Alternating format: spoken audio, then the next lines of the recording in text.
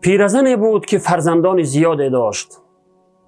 همه فرزندان او انسانهای نیک و صالح بودند و او را بی‌نهایت عزت و احترام می کردند و حتی در اخلاق و نیکوکاری و احترام مادر نمونه عبرت شده بودند. از او پرسیدند که سبب در چیست که همه فرزندانت انسانهای نیک و صالح هستند و تو را اینقدر عزت و احترام می کنند؟ پیرزن حمد و ثنای الله را به زبان آورد و فرمود: من در نمازهای نفل به هنگام سجده همیشه این دعا را می خوانم: اللهم ارزقنی و ایاهم العلم النافع والرزق الواسع والقلب الخاشع والعمل الصالح وارزقنی برهم وارض عنی و عنهم.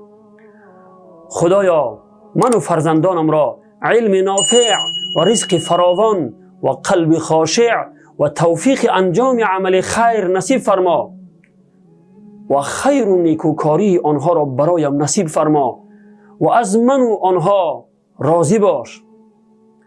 می فرماید من تربیه و دعا را یکجا کردم، هم تربیه و هم برایشان دعا می کردم.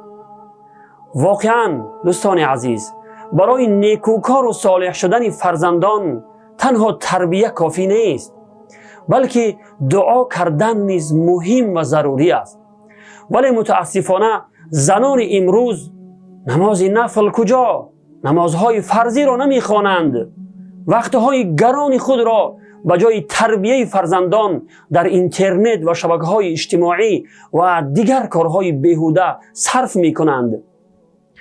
با لباسهای تنگ و نیم برهنه به بیرون میبرایند و با مردان بیگانه صحبت میکنند.